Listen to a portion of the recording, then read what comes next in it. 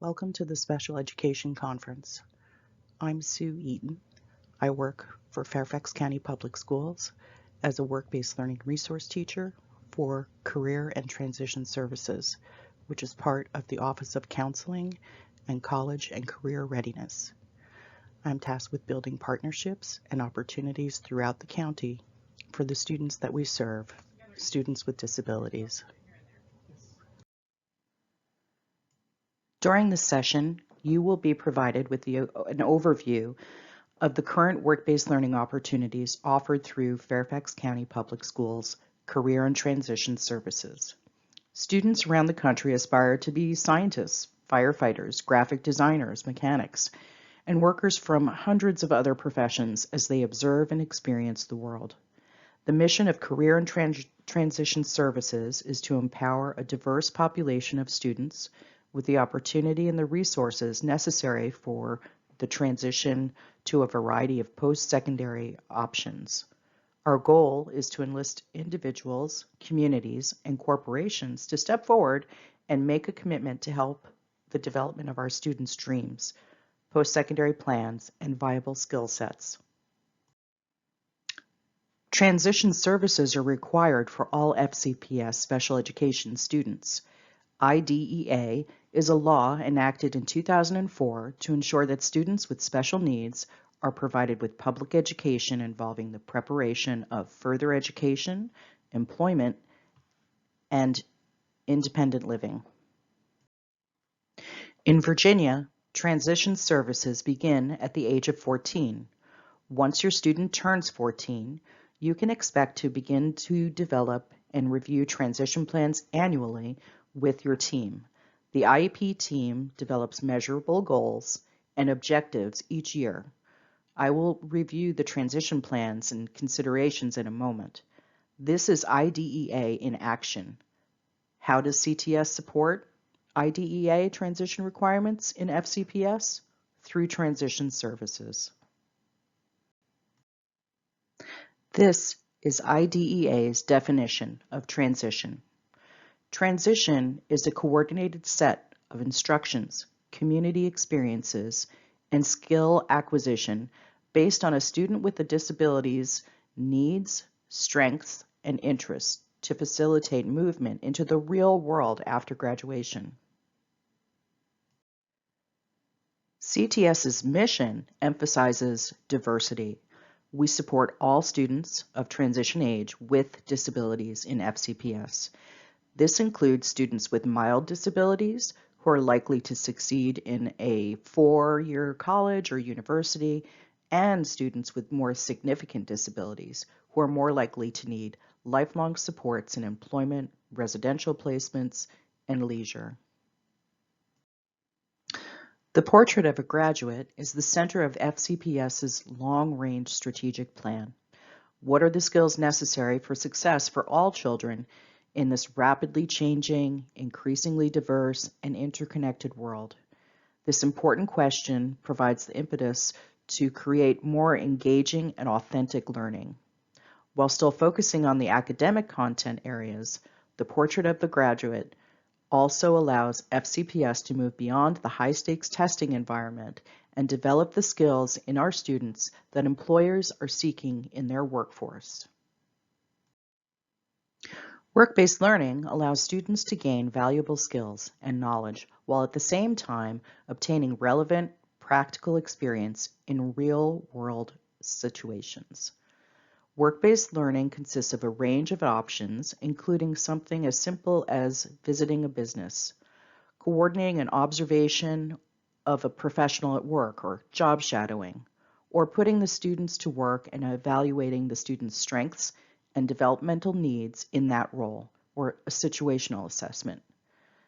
It also includes paid and non-paid community work experiences, internships.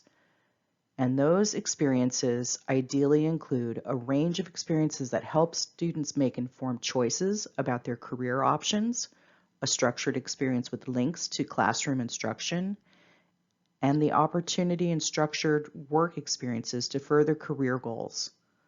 Finally, ongoing assessment, feedback, support. This slide shows CTS's definition of work-based learning. What I want you to focus in on are the words coherent sequence and instructional preparation. These activities should connect to the student's interests and goals. It should not be an isolated activity. It should be tied to classroom instruction, and students should be provided opportunities to reflect on their learning in these environments. Who will help you structure these activities for your child? Where do you begin? Your IEP team will explore your child's options and assist in the development of a plan of a sequence of appropriate instruction.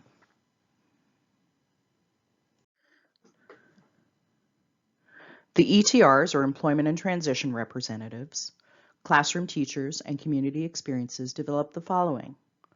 Students explore personal interests and capabilities. They examine labor market trends. They enhance and strengthen problem-solving and decision-making skills. They develop self-advocacy skills. And they improve social and communication work behaviors. We are preparing our students for the future. ETRs provide individual and group instruction that focuses in on the following: workplace readiness skills, understanding how to meet an employer's expectations, understanding how to get and maintain a job, creating a resume, preparing for an effective interview. Sometimes we just need to provide placement and training support. We even check the student's progress on the job and make sure that both the student and the employer are satisfied with the placement and performance. We help students plan for their futures, their adult life. We assist in exploring careers, setting goals, looking at options, and accessing appropriate resources. There is a series of predictors involved with student success. This includes, but is not limited to, the network of family, friends, mentors, and agencies, and these predictors involve individualized career development, authentic experiences, and social skill development. We assist in forming a work identity. This begins as early as kindergarten, but is mandated at the age of 14, as I mentioned earlier, and includes work experiences, first in the school and then in the community. Eventually, our students transition to paid employment. We are always working towards paid employment. Students that had an authentic paid job for one full year of high school were 5 times more likely to engage in post-secondary employment and education. 5 times more likely. So obviously we want that for our graduates. Developing a student's capacity to perform self-determination behaviors increases the opportunity to practice in a variety of environments, in school and in the community. Students who possess strong social skills with peers, negotiating, and conflict resolution were 3.5 times more likely to obtain post-secondary employment.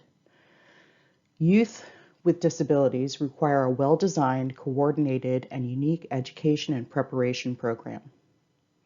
The continuum handout that is associated with this presentation outlines the opportunities for a student to increase awareness, exploration, preparation, and training through FCPS. On the back of the continuum, you will be able to review the variety of classes that a student can take to prepare themselves for the future. Students engaged in vocational education were 2 times more likely to be engaged in full-time post-secondary employment, given the development of related academic and occupational skills. Finally, the evidence points towards school and community inclusion and family involvement. Again, thank you for viewing this recording and investing in the future success of your child. So let's talk about work-based learning in the schools. It begins with career awareness and moves to career exploration and on to career preparation. In career awareness, we may be involved with students getting online and exploring through different databases and online resources various careers. So a few that come to mind would be ONET is great, that you can actually do a little self-exploration on this site, but also you have the ability to look up various jobs or careers and find out more about the details of their day-to-day functioning, which would include the responsibilities, the technology that they use, the different skill sets that are associated with the position as well. Another great resource is Career One Stop. This, again, has some assessment piece to it. Students can research different careers. The format is great for a younger learner, and they have video clips catalog. They have a whole library that's associated with the site, so students can get a visual of the responsibilities that are involved, the skills that are involved, the equipment that may be used. They interview people that hold the positions and can find out what they like and what they don't like about the different positions. We also do this in person, so we can schedule tours where students get out and they're able to ask questions directly of individuals on what's going on here, like they are observing the different roles within a business and able to interact with the individuals to find out more about what they do and how they got there. Career and job fairs are scheduled throughout the year. Some are specific industries or specific careers, or others are just in general opening up the school doors to the community so that they can come in, and sometimes these lead to employment opportunities, which is fantastic. And a big part of career awareness is bringing guest speakers in, or when we're on the tours, having people speak about their positions. So I know as an ETR, I've invited past graduates to come in and talk about their transition from school to education, post-secondary education, and employment. Sometimes we group students together who are interested in different professions. So for example, when I worked at Annandale, we had a huge number of students that were interested in criminal justice, and I invited the Fairfax County SWAT team to speak with the students. And they talked about their day and their responsibilities and the trials and tribulations of being a SWAT team member. But they also brought equipment with them, so the students were able to try on the weighted vests and learn different ways to operate, like the robots that they use for surveillance. So it was very cool stuff. The students were very interested in it. I also had a detective from Fairfax County Police come and speak to a group of young women in particular about her experience as a woman in the military and on the police force. And that was a great learning opportunity for students.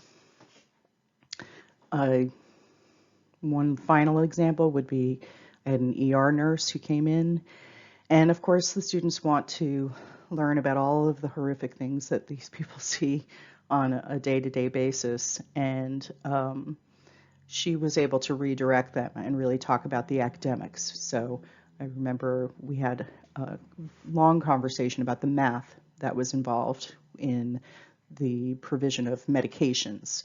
And so this sparked information or a conversation about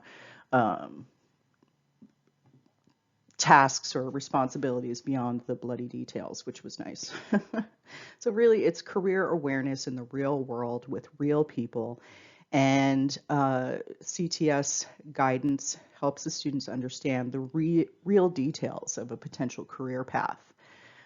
We obviously have been doing a lot of this virtually since COVID began, and people within the business community and professionals have been great about recording sessions for us, and also being involved in different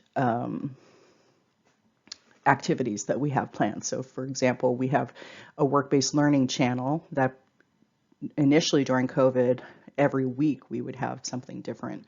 Now we're just going for once a month, but we are showing video clips from like Career One Stop, and also inviting people to guest speak in these sessions and talk about their jobs. Career exploration involves mentoring opportunities, job shadowing opportunities, and informational interviews. So sometimes, this gets kind of muddled with the guest speakers and the business tours. But usually it's for a longer period of time and there's more detailed information. It's also more personalized because it may be a one-on-one opportunity as opposed to a group opportunity. And students really can kind of dig in and have a conversation about their own personality and goals and interests and skill sets. And the individual that is hosting is able to speak to their personal journey. So I'm going to show you two clips from different mentoring activities that we have scheduled each year in the next slides. So let's talk about some actual career exploration events. One event is Disability Mentoring Day. This is sponsored by the Fairfax County government each year, and it is part of what's called NDEAM, the National Disability Employment Awareness Month, which is October each year. It's a national event, and businesses open up their doors and talk about inclusion, diversity in their workplaces, but they also provide the students with some opportunity to get in and see careers that are available and discuss the training requirements and the different responsibilities that people have. So usually we go in person and it's 50 to 60 students. In the morning they learn about working with a disability in Fairfax County government. So they talk about the different services that are available within the Fairfax County Government Center. We do a tour. We talk about accommodations. There's a great presentation from a young woman who is a very strong self-advocate. So she talks about disclosure and accommodation. And after a lunch, the students spend the afternoon with a mentor from a specific field, hopefully one that they are interested in. So we are in with social workers, the TV production crew, and even the child care center. I'm going to show you a video in a second of a young woman who was placed at the animal shelter a number of years ago in Fairfax County Public Schools, filmed the experience. So she spent the day with the adoption counselor, and he showed her around all the different departments, all the different positions, whether paid or unpaid. He discussed his position in great detail. They even took out files and spoke about the level of reading that was required, reading comprehension skills as well that was required for the position. So when all was said and done, Madeline was aware that there were volunteer opportunities that she could consider. And she also had an opinion of a professional from the shelter who said, wow, you're really great with animals and animals really like you. Maybe these should be the next steps for you. So they discussed a career in grooming, which I've talked to her recently, is currently pursuing, and she also volunteers on the weekends in the cat room. And had she not been involved in that experience, the cats wouldn't have the benefit of having Madeline around, and she might be still looking for what the next step might be. And again, I mentioned that this is a national event, so this is just one activity that the students can participate in. We have employment and transition representatives that are encouraged in October to set up mentoring events, individualized mentoring events for their students. For at least one student is the goal. Get one of your students out into the community in a mentoring activity. So let's watch the Madeline video, which you can find online as well.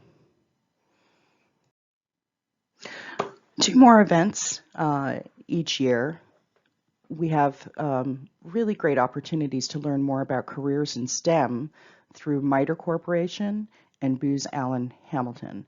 And both of these events emphasize careers and the skill sets that are needed to be successful at the 2 companies. But they also emphasize the support programs that are available and how their companies tap in to the neurodiverse talent pool and have mentoring programs and leadership teams that support disclosure and accommodation, self-advocacy. So there's some great opportunities for students to hear adults with disabilities talk about working in an inclusive environment and feeling very comfortable doing it. So these are great events. Let's watch the video.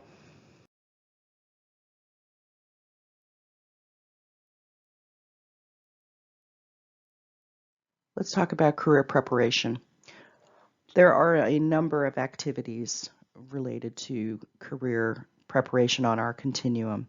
This includes service learning, volunteering, internships, community work experiences, and employment.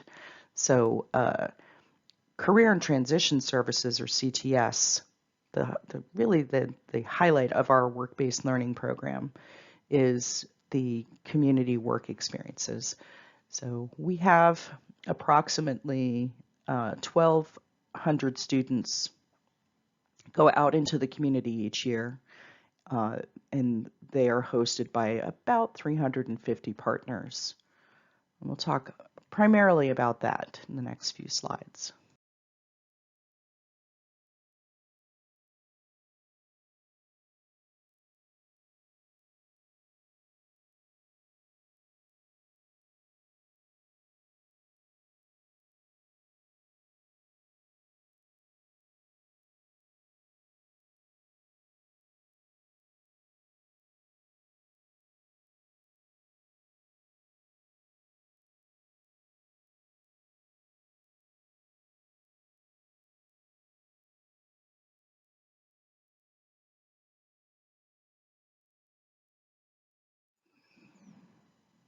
Okay, so I mentioned the community work experience. Career and Transition Services has a series of classes that are involved in soft and hard skill development. So we have Work Awareness and Transition, or the WAT program, Education for Employment, Education for Employment Office, so EFEO. We have the Secondary Transition to Employment program, or the STEP program, which is the 18 to 22 programs. In addition, we have the Davis and Pulley Career Centers. So these programs are all in place to afford the students a place where they can talk about employability skills and behaviors and then practice them. And we get them out into the community, that's when the practice comes into play. Our students are in hotels, they're in vet clinics, supermarkets, they're all over the county. I mentioned the numbers before, but let's get into some names too. We work at both of the airports, so you just saw the clip about Dulles Airport, but we're at Reagan National as well. We have a strong presence within Marriott, a lot of the area giants, USGS and Innova. We're just about anywhere that will open their doors to us. And again, with COVID, we've brought a lot of work in, so we are still trying to remain on task, get involved in projects. So let us know if you have anything in your office. And our students follow the Fair Labor Standards Act in order to get out into the community and involved in these community work experiences or internships. So I guess the first piece is that according to Fair Labor Standards, students are not entitled to wages for their time that's spent on in the work experience. So many of our experiences are non-paid, but that's okay because your child isn't doing it for nothing, right? The students are gaining something that's much more valuable. They're building their resume, they have references for the future, they have experiences and confidence that has its own rewards, and it pays off when they are entering the job market. So I mentioned the statistics before about being 5 times more likely to be involved in post-secondary education and employment if you have an experience like this. So there are definitely some benefits, and a few of our placements are paid. Some students do transition to that before graduation. But we work with students that have a documented disability, that they've demonstrated that they have some difficulty obtaining and maintaining employment without intensive ongoing support that helps them develop these employability skills that allow them to perform successfully in a work setting. We are connecting the students' training opportunity to their IEP, right? There are goals and objectives that we're setting annually, and this is part and parcel. And we're not displacing any employees. We're not taking anybody's positions. We're trying to find a training opportunity that the student can benefit from. And they are going to get constant, continued, direct supervision, either by a school representative or by the employer representative. So it's ongoing instruction and close supervision. Some of the schools operate school-run businesses. So I'll give you a few examples. If you need a quick balloon for a birthday celebration, you may run up to the WAT room, Work Awareness and Transition classroom, to pick up a balloon for a friend or a family member. And the students help prepare the order, provide great customer service, and operate a cash register. Annandale High School creates cards for distribution, so if you needed a holiday card or a birthday card, there's a great place to stop. And one unique business that just started this year at Herndon High School is Independence Coffee. So they have paired with a coffee distributor in the area, and students prepare the coffee, they keep inventory, and they provide, again, great customer service and handle money. So our schools are getting really creative in providing unique work-based learning experiences. FCPS offers career and technical education at our high school academies. These are centers within an existing high school that offers advanced technical and specialized courses that successfully integrate career and academic preparation. These are elective courses. The academies are located at Chantilly, Edison, Fairfax, Falls Church, Marshall, and West Potomac High Schools. And each academy offers different courses. So hopefully your student will find an offering within one of the categories that are shown on the slide. So business and information technology. These are courses such as web page design, accounting, business law and management. There's also database management. So students can study and test and earn certifications in Oracle or Cisco. They can learn how to network and hopefully gain employment immediately after graduation. Family and consumer sciences includes culinary arts program. We have students that are involved in multiple years of instruction and go on to careers in culinary arts, whether it's in a hotel or a restaurant or maybe even their own business. This also includes an early childhood careers course where students are working in a classroom setting, preparing lessons for pre-K students and students who are successful in this course may be interested in going on to Teachers for Tomorrow, which is the classroom is actually in an FCPS elementary school. So students go out for an internship during their class time for the full year.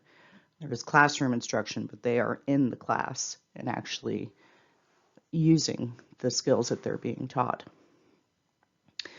Health and medical sciences would include courses in coding, pharmacy, nursing, and even vet or animal science. Technical or technology and engineering courses would include engineering drawing, game design, robotics, and the trades includes everything from auto tech to cosmetology and heating and air conditioning unit repair, HVAC. So as you can see, there's something for everybody. And again, there's a lot of work-based learning involved in these courses. So you can go to the website and check out what is available to your student.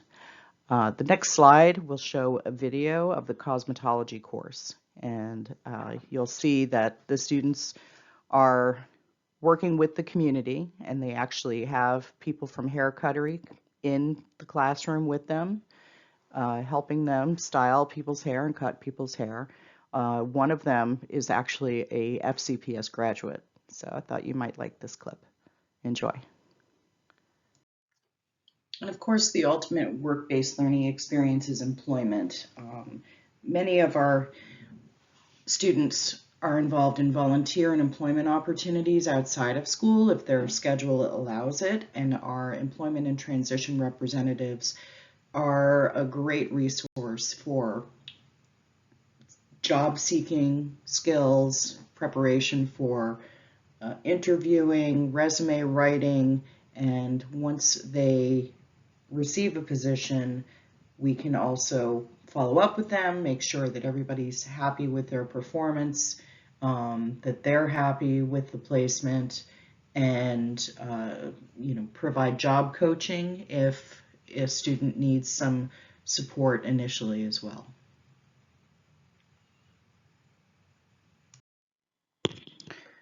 Let's talk about transition planning now.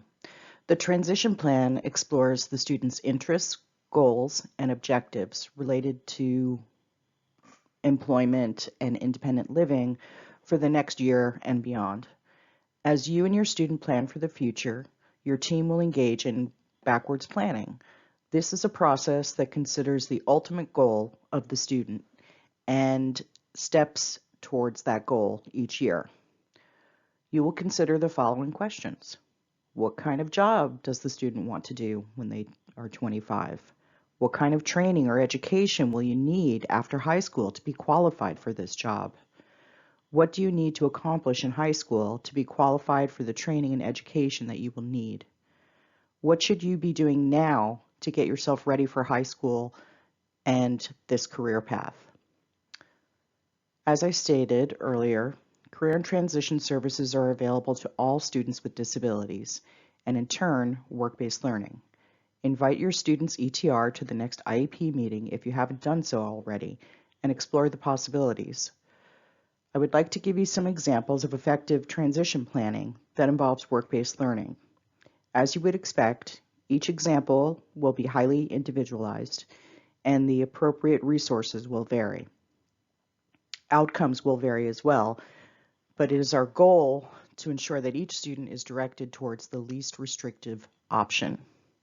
Again, employment is the ultimate goal for each student or graduate.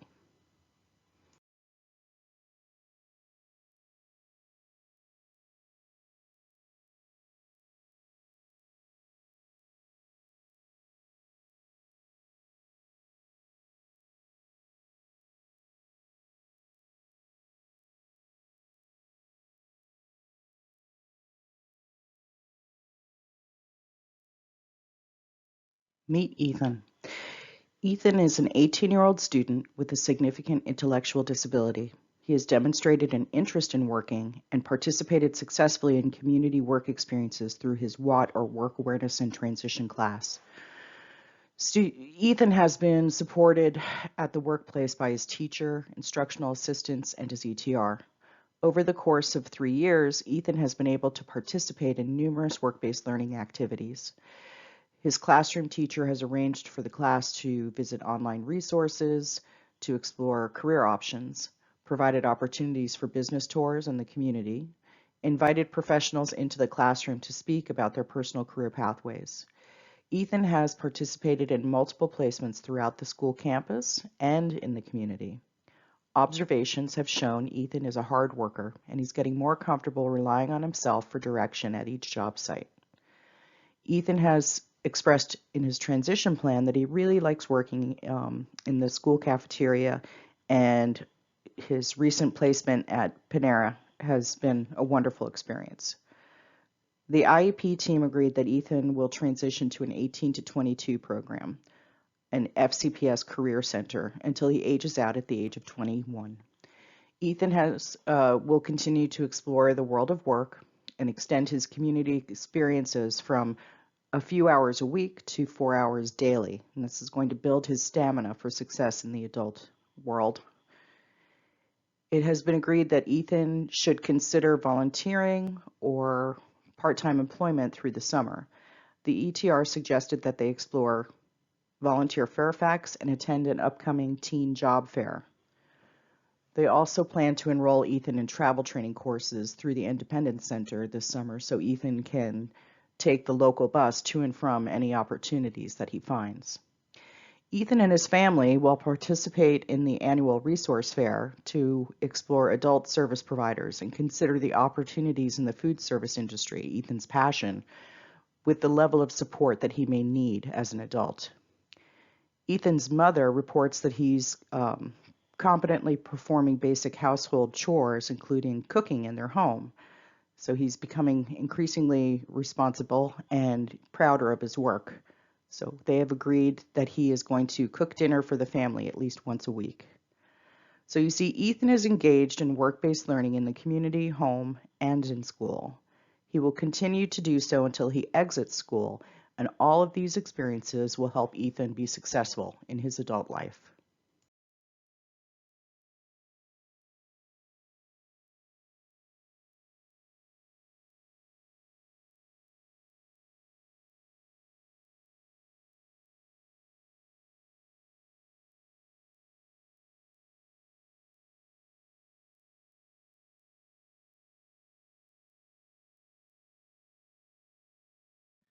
Meet Jill.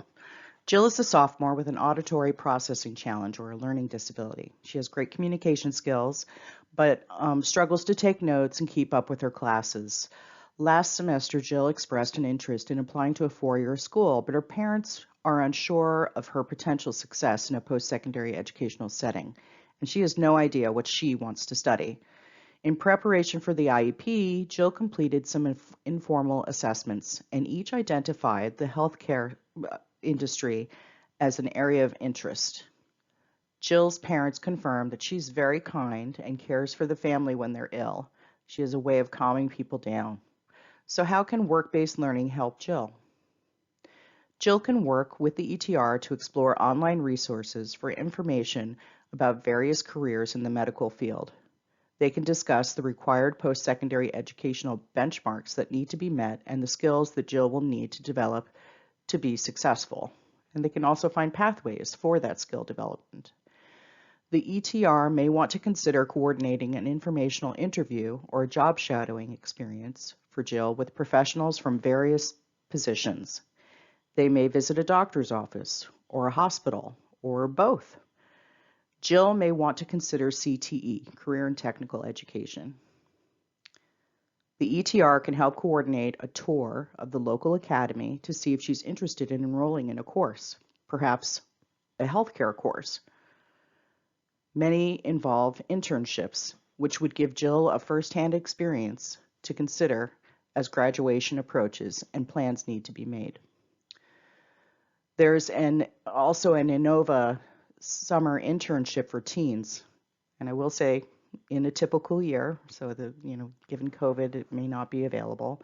But this is a great way for Jill to meet professionals from Inova.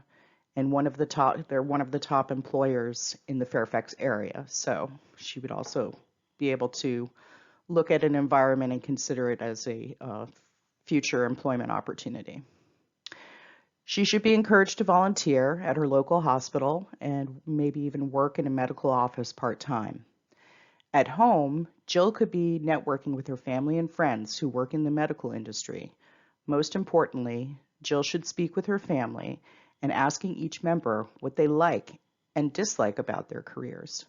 It's great to have a better understanding of personal pathways and the considerations to keep in mind. Jill has ample opportunity for learning at home, in school, and in the community. As I mentioned before, a network of support and experiences increases success. This is a collaborative effort.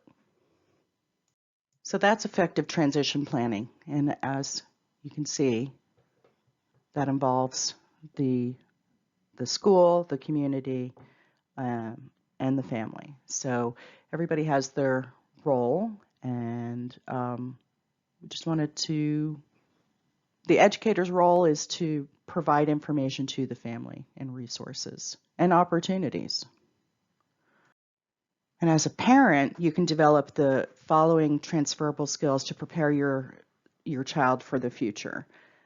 So discuss safety precautions, get them involved in food preparation. I mean, those are experiences and they're going to carry through. Leisure time, make sure they develop some habits and hobbies.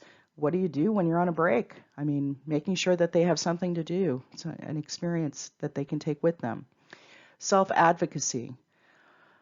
You're not necessarily going to be able to deal with their personal challenges for the rest of his or her life, right? So you've got to help them be comfortable and confident and increase the number of opportunities they have to demonstrate self-advocacy. And then in the community, take your child or your student out into the community and talk about the server at the restaurant, what is involved with being a server, what the wages would be like, what kind of life would you be able to support. So, emphasizing this is a person that needs to be organized. They have to pay attention to detail. They have to be able to handle money. And if you go into a bakery, discuss the skills that are involved with taking an order, measuring accurately for a recipe, doubling the recipe, and get them into the kitchen and have them giving it a try too. Again, these are very similar to work-based learnings. And of course, if you see that there's a good match, letting them know that you'd be really good at this, and encourage them if you see a connection. And finally, you have daily opportunities to increase your child's marketability. So you want to strengthen your students' skills, organizational skills. Let them figure out how and when they're going to need to get the work for a project done. Time management skills. Insist that they be punctual for the visit with your grandmother. And you are providing a role model for that as well. Socialization skills. So insist that they greet people. Ask them to serve a meal. When they're ordering food, let them be the one that is speaking out on what they want. Skill sets. Okay. Hospitality, food service, customer service. Ask them to prepare a meal once a week. Get them to do their laundry. It's operating technology and equipment. Have them help you learn how to use a computer program. And don't forget the functional reading and math. So again, if you go to the bakery and you talk about how ingredients need to be measured accurately for a consistent product, then go home and make a cake and show them how to measure dry and liquid ingredients. See if they're accurate. So, how do you get involved with career and transition services and work-based learning? So, typically, you or your case manager may suggest that the high school's employment and transition representative be invited to the IEP meeting. And your child may have already met the ETR before seeing them at that first IEP meeting. They may have actually been involved in their transition plan early on too. So, and they're again, they're the experts. They're the individuals that will be looking at your students' talents and interests and challenges and trying to pair them with different experiences throughout their high school career. And many of them will be work-based learning. So getting involved in those classes that we had discussed and the community work experiences, again, that is kind of the pinnacle of our services. But there are also opportunities to explore careers online with support and be presented with opportunities to engage in job fairs and internships as well. So I suggest that you introduce yourself to the employment and transition representative and kind of assess the services that can be provided and the support that's necessary. And I wish you luck. If you're interested in learning more about career and transition services, you can also you can get in touch with us. We have a web page. If you look up FCPS, CTS, it comes right up, but it's on this page. And our coordinator is Shara Brothers. She can be contacted in our main office. Our phone number is 571-423-4150. You can also use that number if you're having difficulty identifying your employment and transition representative. And of course, I'm Sue Eaton. You can reach out to me if you have any questions concerning work-based learning. Thank you.